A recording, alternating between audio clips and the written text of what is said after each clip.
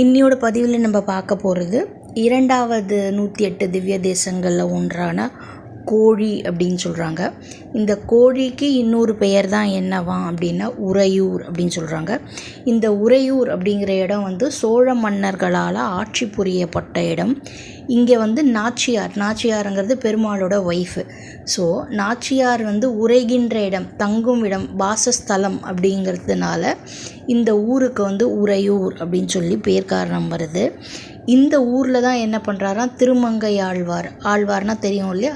So அந்த திருமங்கை ஆழ்வார் என்ன பண்ணுறாராம், பெருமாள் மேலே பல்லாண்டு பாடுறாராம். பல்லாண்டு பல்லாண்டு பல்லாயிரத்தாண்டு பல கோடி 100,000 மண்ணாண்டத்தின் கோல் மணிவண்ணா அப்படின்னு அந்த பாட்டு வருது இல்லையா? அந்த பல்லாண்டு பாட்டை பெருமாள் மேலே திருமங்கை ஆழ்வார் பாடின அந்த ஸ்தலம் தான் எது, இந்த உறையூர் அப்படிங்கிற இடம்.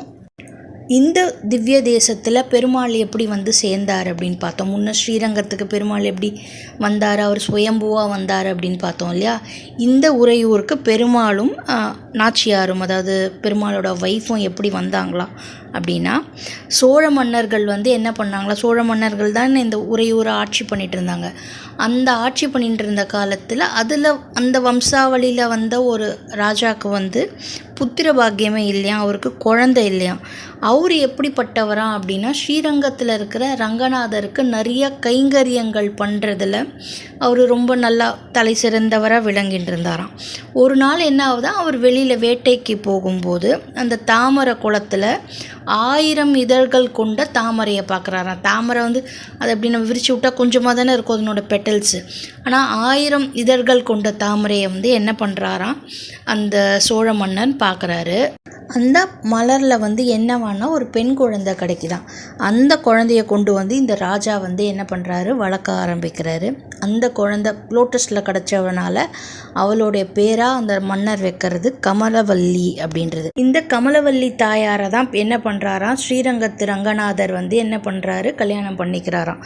அவர் எப்போ கல்யாணம் பண்ணிக்கிறாராம் அப்படின்னா, பங்குனி மாதம், அதாவது போன இதில் 9 நாள் பங்குனி உற்சவம் நடக்கும்னு பார்த்தோம் இல்லையா? அதில் அந்த பங்குனி உற்சவத்தில் 9 நாள் நடக்கிறதுல 6ஆவது நாள் ஆயுள்ய நட்சத்திரத்தில் ஸ்ரீரங்கத்தில் பள்ளி கொண்டு இருக்கிற ரங்கநாதன் என்ன பண்ணுறாராம், இந்த கமலவல்லி தாயாரை கல்யாணம் பண்ணிக்கிறாரு.